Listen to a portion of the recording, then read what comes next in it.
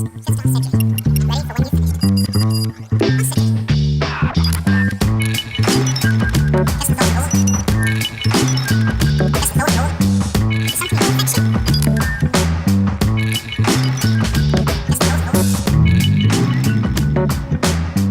la sorcellerie à tout va, des zombies à la pelle, voire à la tronçonneuse, et oui, Sci-Fi Mag est de retour.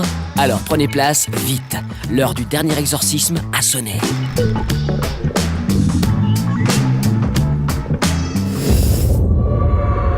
Un pasteur en perte de foi, doublé d'un exorciste repenti, ça vaut bien un coup d'œil. On dirait que la route s'arrête ici.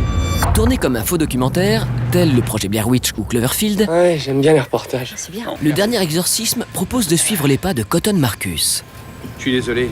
Oui. Oh, mec, putain! Qu'est-ce que ça va? Grâce au style documentaire, vous n'êtes pas vraiment contraint de vous réfréner parce que c'est comme dans la vraie vie. La vie peut être amusante, terrifiante ou dramatique. Elle peut être tragique. Vous pouvez donc vous servir de tous ces éléments et vous n'avez pas à vous contenter d'un seul. J'estime que c'est un véritable avantage et c'est une des choses que nous avons vraiment appréciées. C'est donc un film fantastique dans un format réaliste. Monsieur Switzer? Bonjour. Cotton Marcus. Ma femme est morte il y a 2 ans. Ça a été un sacré choc pour Nell. Vous étiez très proche? Oui, c'était ma meilleure amie. Quoi qu'il en soit, le diable est entré en elle. Nell, est-ce que tu m'entends? Oui. Plus prestidigitateur que guérisseur, Qu'est-ce que c'est? le révérend Marcus est confronté à un cas particulier. Que partir? Laisse-le venir. Nell semble vraiment possédée. Effet garanti. Il s'agit plutôt d'un thriller à la fois psychologique, intime, à suspense. Si vous ne pouvez pas sauver l'âme de ma fille, je le ferai. J'estime que pour réaliser un bon film d'horreur, il faut une bonne histoire, de bons personnages, et ces personnages doivent appréhender la peur sérieusement. Voilà. Ça y est. On va partir, Nell. On va t'emmener dans la voiture. Plutôt original, au moins dans un premier temps, le scénario est bien porté par les acteurs Ashley Bell et Patrick Fabian, très convaincants. Ils ne jouent pas comme dans un film d'horreur. Ils jouent comme de vraies personnes qui réagiraient à la plus horrible des situations issues de leur imagination. Mais si le dernier exorcisme provoque bien quelques frayeurs, il manque tout de même un petit quelque chose pour en faire une référence du genre. Je t'ordonne de quitter son corps. Au nom de Jésus-Christ, je t'ordonne de disparaître.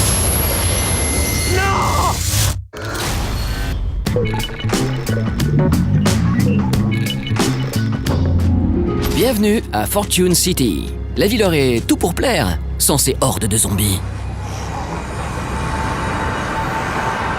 Heureusement, notre héros, Chuck Green, n'a pas froid aux yeux. Avec lui, les gamers les plus acharnés peuvent s'en donner à cœur joie. Il suffit de ramasser les objets qui traînent, de les assembler, si possible, et de foncer dans le tas muni d'armes parfois grotesques. Qui n'a pas eu son coup de chaise roulante? La particularité du héros de ce deuxième épisode est qu'il est très habile, très bricoleur.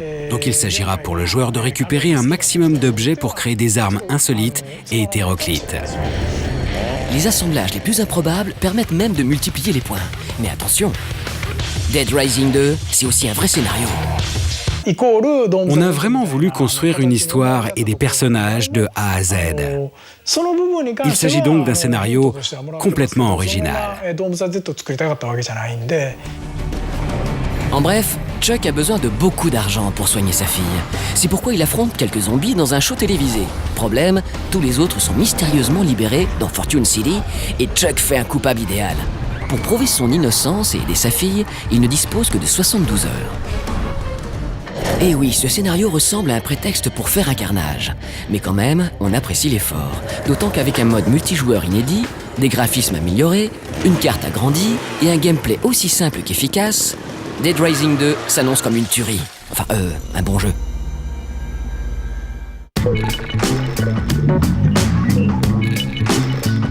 Le plus célèbre des sorciers s'apprête à reprendre du service. Harry Potter, prépare-toi à mourir. Ah bah ça commence bien. Décomposé en 2 épisodes, dont le premier sortira le 24 novembre dans les salles, cette 7e et ultime aventure d'Harry Potter est aussi attendue que prometteuse. Pourquoi est-ce que tu vis? À ne manquer sous aucun prétexte. Parce que pour moi, la vie a un sens.